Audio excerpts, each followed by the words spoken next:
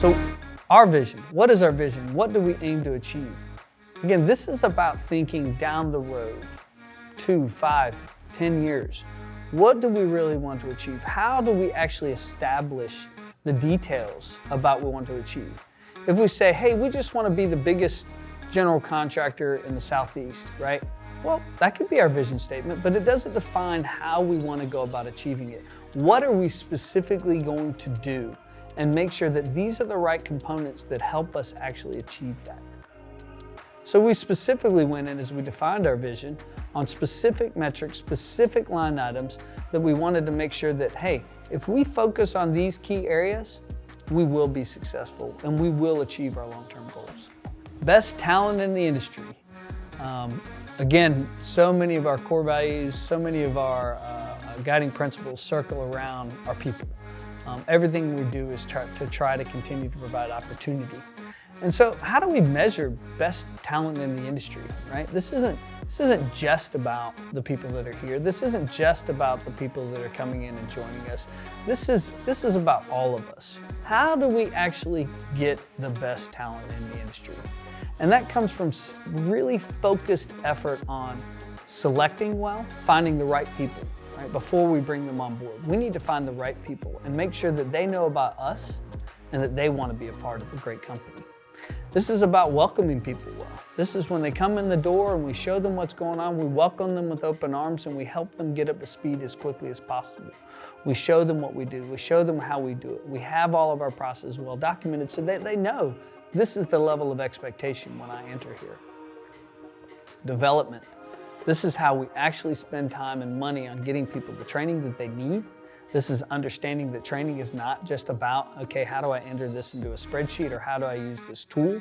This is about understanding specifically what everyone needs in the organization, whether that's they need management training, whether that they need technical training, whether that means they need to actually have some type of responsibility given to them so that they can learn and prepare for their next role in their career. Again, that focus on that selection, that welcoming, and that development will allow us to continue to develop the best people in the industry.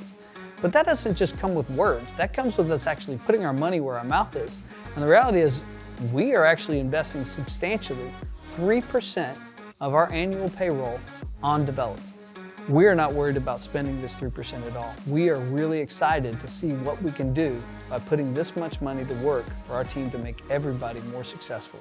Both the new people that come in and the people that have been here. We want to grow this business so that everybody can achieve their career goals. Geographic spread, why is that important to us? Well, a couple of things happen with geographic spread. One of those is we can still take our clients that we work with in one market and go to another market and have a ready-made opportunity base because our clients know how THS does this work. They know that high level of expectation that we bring upon ourselves.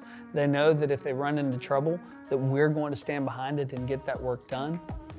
And that's why our clients are going to select us.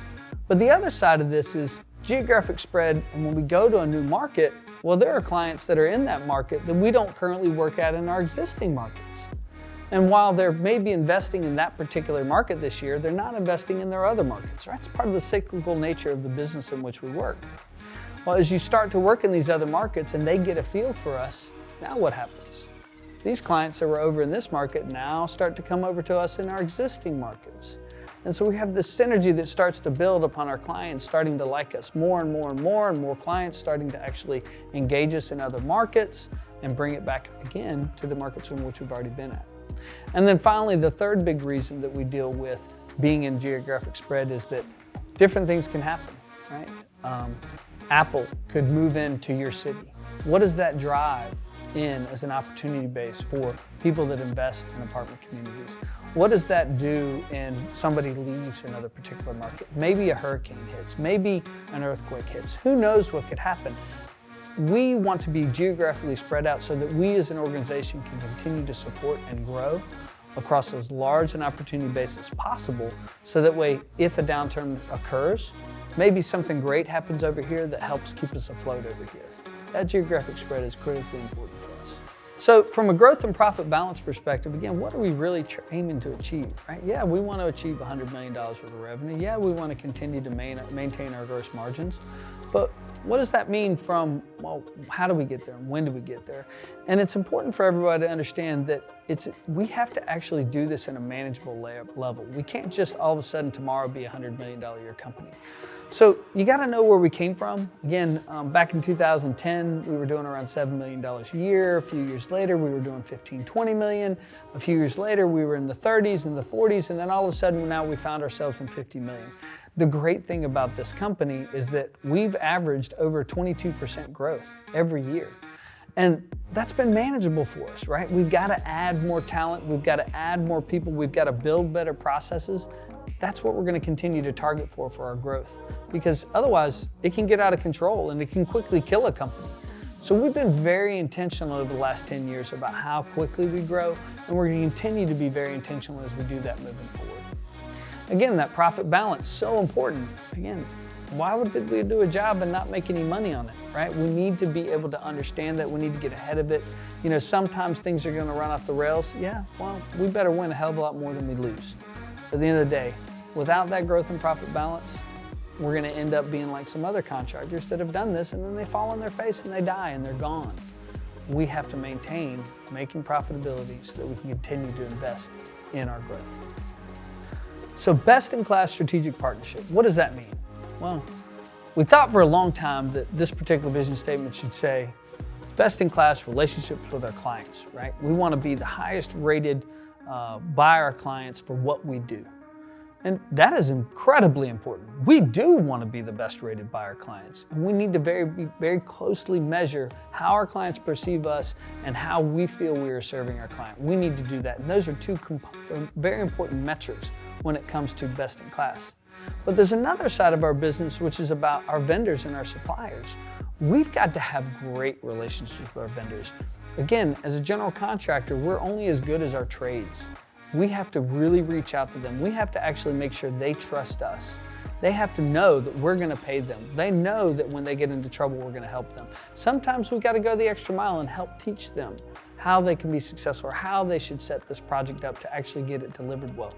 If we don't continue to develop our trade base, we're not going to have anything left, right? There's nothing going to be for us to sell.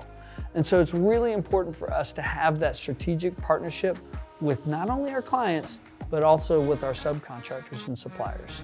And if you can't find the time and attention to go spend time with them to understand how important their relationship is, then at the end of the day, we're going to be in a spot where our subcontractors have to choose somebody they trust and believe in, somebody that continue to give them more work, or somebody that's got just the bigger job today. And we want our clients and our subcontractors to believe in us. So are we using all the best technology products that are out there? No. It takes time to figure out which tools will actually provide the best value for us. Maybe we should explore a new CRM or a new field management tool. Well, great.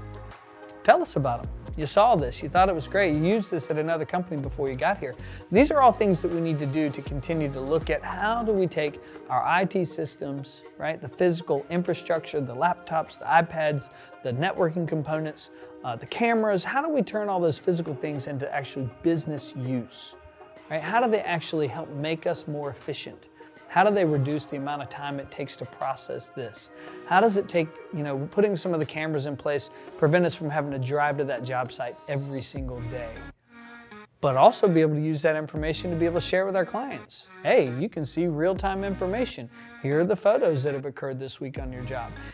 All of this makes us better than everyone else in this space. We want to be ahead of everyone in the business technology spend because that's a differentiation for us.